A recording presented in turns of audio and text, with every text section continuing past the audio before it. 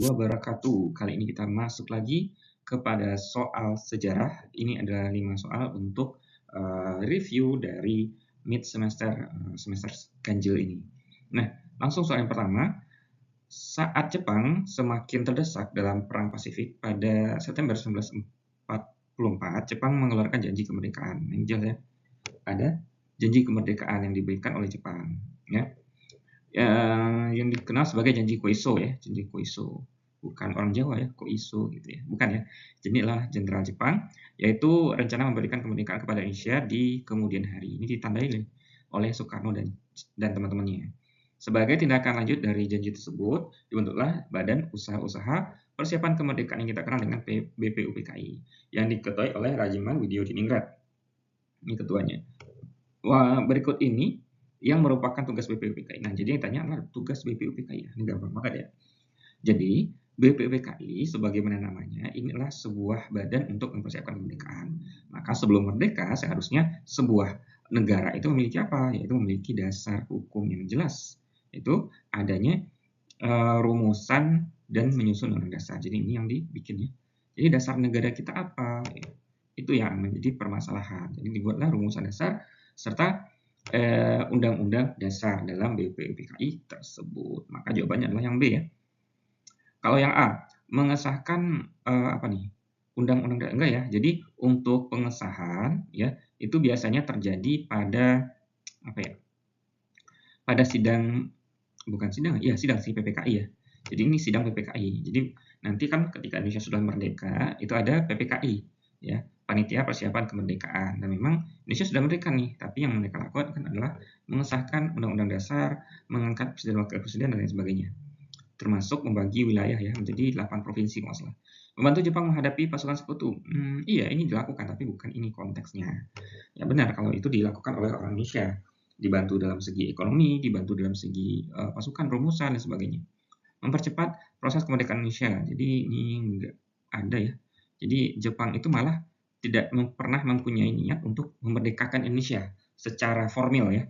Nah, cuma nanti ada beberapa tokoh Jepang yang nanti bersimpati pada kemerdekaan Indonesia. Tapi secara formal Jepang nggak pernah punya rencana atau niat untuk memerdekakan Indonesia karena semata-mata dia menjanjikan itu adalah supaya rakyat Indonesia itu membantu Jepang dengan sepenuh hati gitu.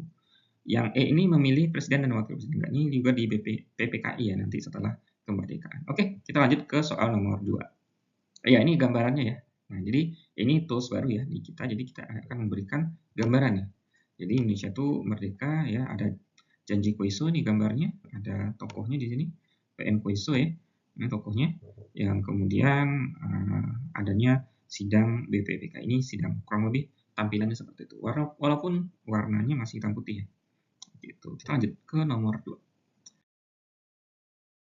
Dalam sidang BPKI, IR Soekarno pada 1 Juni 1945 menyampaikan 5 rumusan dasar negara. Jadi pada sidang BPKI pertama, maksudnya sidang BPUPKI pertama diadakanlah perumusan dasar negara oleh Soekarno. Nah, ini pada tanggal 1 Juni. Kalau kita ingat 1 Juni ini diperingati hari apa? Yaitu hari Pancasila ya. Hari Pancasila. Di antara pilihan berikut yang bukan termasuk rumusan dasar negara diajukan oleh Soekarno pada sidang tersebut. Nah, ini kurang lebih tampilannya proses sidang BPUPKI pertama ya, atau perumusan dasar negara yang kita kenal sekarang Pancasila. Kemudian ini yang disampaikan oleh Soekarno, 5 asas rumusan dasar. Ada 3 orang sebenarnya, itu ada Soekarno, ada Yamin, dan satu ada Supomo. Jadi 3 orang yang merumuskan dasar negara tersebut. Tapi intinya hampir sama ketiga-tiganya, cuma bahasa di direct dari kata-katanya aja. Kalau Soekarno, 1 kebangsaan. Kebangsaan ini jadi pasal ketiga ya, Persatuan Indonesia. Internasionalisme ini sekarang jadi apa ya? Internasionalisme ini tunggu kita lihat dulu. Kalau kemanusiaan ya, ini nomor 2, kemanusiaan yang adil dan beradab. Mufakat, demokrasi, ini jelas ya. Ini yang keempat. Kesejahteraan sosial ya. Kesejahteraan sosial ini pasal 5. Ketuhanan, nah ini pasal 1. Jadi agak balik-balik ya, tapi intinya masih sama, konteksnya masih terkait ketuhanan, kemanusiaan, keadilan sosial, demokrasi, dan juga persatuan. kebangsaan. Nah, jadi yang tidak ada di sini adalah secara tata bahasa ya, itu adalah peri ketuhanan. Walaupun di sini ada ketuhanan yang Maha Esa. Bahasanya bukan ini ya, dulu. Ketuhanan yang berbudaya ya. Jadi ini bahasa agak salah nih. Ketuhanan yang berbudaya. Jadi yang keluar dari mulut Soekarno itu ketuhanan berbudaya, termasuk mengakui semua pemeluk agama lain. Ya, walaupun di sini ada kata ketuhanannya, tapi ini bukan masuk dalam secara kata-kata sesuai dengan apa yang disampaikan oleh Soekarno. Gitu. Semuanya masuk nih sebenarnya. Kebangsaan Indonesia, internasional, demokrasi, sosial ini masuk semuanya. Cuma yang nggak beda tuh peri ketuhanan. Soekarno nggak menyampaikan itu peri ketuhanan, tapi ketuhanan yang berbudaya. Walaupun di sini di gambarnya ketuhanan Maha Esa ya. Oke lah. Nah, ini coba dicek lagi, ada 5, masing-masing 3 orang tersebut menyampaikan sumber terkait rumusan dasar. Hampir kelima itu konteksnya sama. Kemudian nomor 3. Oke. Di sini kita lihat soalnya dulu ya. Bisa. Oke. Gimana coba ke atas bisa balik ke atas coba. Gua bisa. Bisa. Gimana jadinya kalau ke atas nggak bisa, gua bisa. Oke, kita lanjut nomor 4. Nomor 3 nanti kita ulang lagi dari belakang. Setelah Jepang menyerah kepada sekutu, kelompok pemuda bersama Soekarno dan Hatta Kerangasem menjauhkan mereka dari pengaruh Jepang. Tindakan ini dikenal sebagai peristiwa penculikan Rengas Dengklok ya. Tokoh dan golongan muda yang terlibat dalam peristiwa tersebut adalah ini tampilannya ya. Jadi ini peristiwa ketika menceritakan ya adanya perdebatan antara golongan tua dan golongan muda. Ini sebenarnya bukan saat peristiwa itu terjadi, yang ini direkonstruksi, yang dibuat gambarnya di foto gitu ya. Nah, jadi yang ditanya ada tokoh-tokoh dari golongan pemuda yang terlibat dalam peristiwa tersebut. Penculikan itu siapa aja? Itu ada Soekarni, Yusuf Kunto, dan Wikarna. Oh ya, informasinya ada di bagian nomor 3 sih, Bos. Jadi yang terlibat itu adalah golongan muda, dan golongan muda itu ya yang ini. Kalau Ahmad Subarjo ini golongan tua ini. Ini golongan tua, jadi bukan maksud. Terus ada di sini Amir Saifuddin itu juga golongan tua, jadi nggak masuk. Oke, kita lanjut nomor 5. Oke, setelah kembali ke Rengas Dengklok, Soekarno dan Hatta menemui Jenderal Nishimura. Ya.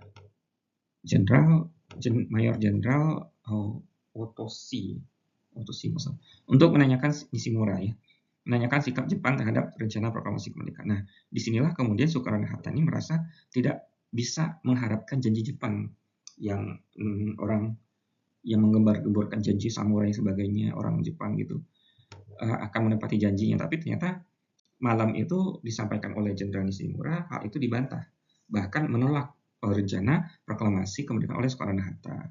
Kenapa? Karena Jepang tidak memiliki lagi kekuasaan di tengah masyarakat Indonesia. Jadi dia wajib menuruti aturan atau perintah sekutu terhadap mempertahankan status quo. Nah, jadi di sini perintah itu muncul dari sekutu. Jadi Jepang tidak boleh merubah ataupun mendukung adanya proklamasi kemerdekaan yang terjadi di Indonesia gitu. Berikut tanggapan yang disampaikan oleh Jenderal Nishimura mengenai hal tersebut. Nah, jadi jawabannya adalah tidak boleh proklamasi kemerdekaan, harus iya ini yang boleh ya. Jadi tidak atau boleh, bahkan menentang ya.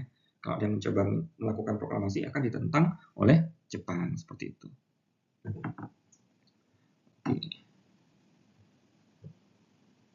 Oke. 11 gitu ya. Ini gambarnya ya. Sebenarnya Jenderal Otoshi Nishimura ini agak nggak ada ya gambarnya, nggak susah. Karena dia adalah perwakilan militer Jepang yang sifatnya itu administratif ya. Dan ini menjadi alur dari sejarah bahwasanya ternyata sebelum proklamasi pun Soekarno dan Hatta tuh masih bekerja sama dengan Jepang gitu, artian mempertanyakan Jepang nih, gimana kalau kita besok akan memproklamasikan kemerdekaan. Tapi harus ditolak mentah-mentah oleh pimpinan Jepang tersebut, sehingga membuat ya keyakinan Soekarno-Hatta bahwasanya kita tidak bisa berharap lagi kepada Jepang seperti itu. Dan maka besok harinya secara diam-diam dilakukanlah proses proklamasi kemerdekaan. Itu secara diam-diam ya, jadi Jepang tuh nggak tahu. Dan proses proklamasi itu yang awalnya direncanakan di lapangan Ikada, yang lapangan terbesar yang sekarang jadi Monas, tidak jadi dilakukan di sana. Kenapa? Karena antusiasme masyarakat sangat tinggi sehingga orang berkumpul di sana dan Jepang ikut berkumpul di sana untuk untuk supaya meredakan situasi tidak terjadi pertumpah darahan, karena dalam kondisi seperti itu yang paling banyak mendapat korban itu rakyat Indonesia, maka Soekarno memutuskan untuk melakukan proklamasi di depan rumahnya sendiri di Pegangsaan Timur, Jakarta gitu. Jadi itu ceritanya sampai proklamasi di depan rumah Soekarno sendiri. Oke, mungkin itu soal-soal yang kita bahas hari ini. Thank you for watching and we see for the next video forward and bye-bye.